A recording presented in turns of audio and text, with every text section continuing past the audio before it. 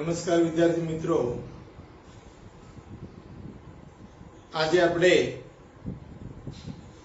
પ્રાથમિક માહિતી એકત્રિત કરવાની ત્રણ રીતો પૈકીની જે ત્રીજી રીત છે પ્રશ્નાવલીની રીત, એની આપણે ચર્ચા કરવાની છે. લાસ્ટ ટાઈમ આપણે પ્રત્યક્ષ તપાસ અર્થ ફાયદા મર્યાદા, પરોક્ષ તપાસ અર્થ ફાયદા મર્યાદાની ચર્ચા કરી હતી. આજે હવે આપણે ચર્ચા કરીશું પ્રશ્નાવલીની રીતની. તો કે પ્રશ્નાવલી એટલે શું? તો જ્યારે પ્રત્યક્ષ તપાસ કરવી શક્ય ન હોય, વિશાળ કાર્યક્ષેત્રમાંથી માહિતી એકત્રિત કરવાની હોય, કોઈ સંપર્ક માધ્યમ ના હોય, ત્યારે આપણે પ્રશ્નાવલીની રીતનો ઉપયોગ કરતા હોઈએ છીએ. તો સવાલ એવો થાય કે પ્રશ્નાવલીની રીત, તો પહેલો સવાલ કે પ્રશ્નાવલી એટલે શું? પ્રશ્નાવલી કોને કહેવાય? તો સામાન્ય ભાષામાં એવું કહેવાય કે ભાઈ એક પ્રશ્નોનું પેજ અને પ્રશ્નાવલી કહેવાય, જેમાં ઘણા બધા પ્રશ્ન પૂછવામાં આવ્યા હોય, થોડા અથવા તો જેને જે વિષયની માહિતી મેળવી હોય એના કેટલાક પ્રશ્નો પૂછ્યા હોય અને એ માહિતી મેળવે તેને પ્રશ્નાવલીની રીત કહેવાય. એક સામાન્ય ભાષામાં એનો મતલબ થયો. પરંતુ આપણે એનો પ્રોફેશનલ ભાષા મુજબ જોઈએ કે પ્રશ્નાવલી એટલે શું. તો યાદ રાખજો, અભ્યાસ સંબંધી એટલે કે આપણે જેનો અભ્યાસ કરવાનો છે એને અનુરૂપ, અભ્યાસ સંબંધી હેતુને અનુરૂપ તર્કબદ્ધ, તર્કમાં આવવા જોઈએ, આડાઅવળા ચાલે નહીં. તો અભ્યાસ સંબંધી હેતુને અનુરૂપ તર્કબદ્ધ રીતે ક્રમમાં ગોઠવેલા પ્રશ્નોની એક યાદી બનાવવામાં આવે છે. આ પ્રશ્નોના ઉત્તર લખવા માટે પ્રશ્નોની સામે અથવા તો વચ્ચે જગ્યા રાખવામાં આવે છે. આ રીતે તૈયાર કરેલ પ્રશ્નોની યાદીને પ્રશ્નાવલી કહેવામાં આવે છે. તો ફરીથી એકવાર, અભ્યાસ સંબંધી હેતુને અનુરૂપ તર્કબદ્ધ રીતે ક્રમમાં ગોઠવેલા પ્રશ્નોની એક યાદી બનાવવામાં આવે છે. આ પ્રશ્નોના ઉત્તર લખવા માટે પ્રશ્નોની સામે અથવા તો વચ્ચે જગ્યા રાખવામાં આવે છે. આ રીતે તૈયાર કરેલ પ્રશ્નોની યાદીને પ્રશ્નાવલી કહેવામાં આવે છે. અને પ્રશ્નાવલી દ્વારા એટલે કે આ રીતે માહિતી મેળવવાની રીતને આપણે પ્રશ્નાવલીની રીત કહીએ છીએ. તો તમે પરીક્ષામાં લખી શકો, જે વિષયને અનુરૂપ માહિતી મેળવવાની હોય તેના તર્કબદ્ધ પ્રશ્નો ક્રમમાં ગોઠવી, તેની સામે જવાબ લખવાની જગ્યા રાખી જે પત્રિકા તૈયાર કરવામાં આવે છે તેને પ્રશ્નાવલી કહે છે. આમાંથી સેમ આવી લખો તો બી ચાલે, એકાદ બે શબ્દ આગા પાછા થાય તો પણ ચાલે, મતલબ એનો અર્થ નીકળવો જોઈએ. તો આ વ્યાખ્યા તમારે યાદ કરી લેવાની છે, બરાબર. હવે પ્રશ્નાવલી તો આપણે બનાવીએ, પણ આદર્શ પ્રશ્નાવલી કોને કહેવાય? જેમ આદર્શ વિદ્યાર્થી, આદર્શ શિક્ષક, આદર્શ શાળા, વિદ્યાર્થી તો બધા હોય, પણ આદર્શ વિદ્યાર્થી કોને કહેવાય? શિક્ષકો ઘણા બધા હોય, પણ આદર્શ શિક્ષક, આદર્શ પુસ્તક, એ રીતે આપણે આજે જોવાનું છે આદર્શ પ્રશ્નાવલી કોને કહેવાય. તો આપણને કયા ગુણો અંદર જોવા મળે તો આપણે એને આદર્શ પ્રશ્નાવલી કહીશું. તો સાંભળો, પ્રશ્નાવલીને યોગ્ય શીર્ષક આપવું જોઈએ. તો જે પ્રશ્નાવલીને તમે યોગ્ય શીર્ષક આપેલું હોય તો પહેલું પ્રશ્નાવલીને યોગ્ય શીર્ષક આપવું જોઈએ. પ્રશ્નાવલીના પ્રશ્નોની જે સંખ્યા છે એ ઓછી હોવી જોઈએ. કોઈ પણ વ્યક્તિ પાસેથી માહિતી મેળવવાની હોય અને આપણે એને 50 પ્રશ્નો લખીને આપી દઈએ ને તો એ માહિતી આપવાનું ટાળે કે ભાઈ અત્યારે મારી જોડે સમય નથી. તો પ્રશ્નાવલીના પ્રશ્નો એવા હોવા જોઈએ કે એને જવાબ આપવાનો રસ જાગે. એકદમ ટૂંકા સમયમાં એ પ્રશ્નાવલીના જવાબ આપી દે એવી પ્રશ્નાવલી હોવી જોઈએ. માટે પ્રશ્નાવલીના પ્રશ્નોની સંખ્યા ઓછી હોવી જોઈએ. પ્રશ્નાવલીમાં પ્રશ્નોની સંખ્યા તપાસના હેતુ સાથે સુસંગત હોવી જોઈએ. તમારો જે તપાસનો હેતુ છે એની સાથે એની સંગતતા હોવી જોઈએ, એના રિલેટેડ હોવો જોઈએ. પછી વિષયની બહાર તમે જઈ અને સવાલ પૂછો તો એ વસ્તુ હોવી જોઈએ નહીં. એટલે પ્રશ્નાવલીમાં પ્રશ્નોની સંખ્યા તપાસના હેતુ સાથે સુસંગત હોવી જોઈએ. પ્રશ્નો જે આપણે પૂછીએ છીએ એ સરળ, ટૂંકા અને સમજી શકાય તેવા હોવા જોઈએ. કારણ કે પ્રશ્નાવલીના જવાબ આપનાર વ્યક્તિ ને જાતે વાંચી અને જાતે જવાબ આપવાના છે, આપણે એની સામે નહીં હોઈએ. તો પહેલા તો એને પ્રશ્નાવલીના જે પ્રશ્નો છે એ સમજાવવા જોઈએ, સરળ હોવા જોઈએ, તો એને જવાબ આપવાનું મન થશે. માટે એની ભાષા પણ સરળ રાખવી જોઈએ. તો પ્રશ્નો સરળ, ટૂંકા અને સમજી શકાય તેવા હોવા જોઈએ. અંગત જીવનને લગતા પ્રશ્નો ન પૂછવા જોઈએ.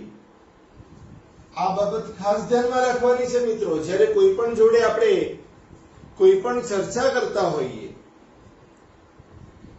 ત્યારે એના અંગત જીવનને લગતી જ્યારે તમે કોઈ પણ માહિતી પૂછો ને તો એ કાં તો માહિતી આપવાનું ટાળી દેશે, કાં તો એ વ્યક્તિ ત્યાંથી જતી રહેશે, કાં તો તમને કહેશે ભાઈ આ બાબતના તું મને પ્રશ્નો ના પૂછીશ. તો આ બાબત ખાસ ધ્યાનમાં રાખવાની છે કે અંગત જીવનને લગતા પ્રશ્નો ન પૂછવા જોઈએ. પ્રશ્નોના જવાબ હા કે નામાં હોવા જોઈએ. પ્રશ્નાવલી સાથે વિનંતી પત્ર મૂકવો જોઈએ. આપણે પ્રશ્નાવલી મૂકીને સાથે એક વિનંતી પત્ર મૂકવો જોઈએ કે અમારે આ પ્રશ્નાવલી દ્વારા માહિતી મેળવવાનો હેતુ ખાલી જગ્યા રહેલો છે. આપના દ્વારા આપવામાં આવેલી માહિતી ખૂબ જ ગોપનીય રહેશે અને પ્રશ્નાવલીના સર્વેના અંતે જે બી રિસર્ચ, જે બી સંશોધન અમે કરીશું એ આપને પણ અમે મોકલીશું. માટે કોઈ પણ પ્રકારની શંકા ન રાખતા અમારા સંશોધન કાર્યમાં કે સર્વેની અંદર મદદ કરવા માટે અમે આપને વિનંતી કરીએ છીએ. આવો એક વિનંતી પત્ર મૂકવાથી માહિતી આપનારા મનમાં એક થોડી પોઝિટિવ વલણ ઉદ્ભવતું હોય છે. પ્રશ્નાવલી સાથે નાની કે મોટી ભેટ મૂકવી જોઈએ. તમને આ ફાસ્ટ લાઈફના જમાનામાં લગભગ કોઈ માણસ પોતાના સ્વાર્થ વગર કોઈ કામ કરતું હોતું નથી. તો જો તમે નાની એક ભેટ મૂકશો, પ્રશ્નાવલી જ્યારે તમે મોકલાવો એના ઘેર તો એક નાની પેન મૂકો, બહુ નહીં તો 2 રૂપિયા વાળી, 5 રૂપિયા વાળી એક કિચન મૂકો. ઘણીવાર આપણા ઘેર બી સર્વે કરવા માટે ઘણા લોકો આવતા હોય છે, શેમ્પુ વાળા કે સો એન્ડ સો. તો એ લોકો કહેતા હોય છે કે બેન તમને છેલ્લે અમે આ એક બોટલ આપીશું. તો એક પ્રકારનું જ્યારે કે તો આપણામાં એક લાગણી આવે કે ચલો એ બી આપણા માટે તો કંઈક લાવ્યો છે ને, તો આપણે એના માટે 2-5 મિનિટ આપતા હોઈએ છીએ. બાકી આ જમાનામાં કોઈને માહિતી આપવાનો સમય નથી.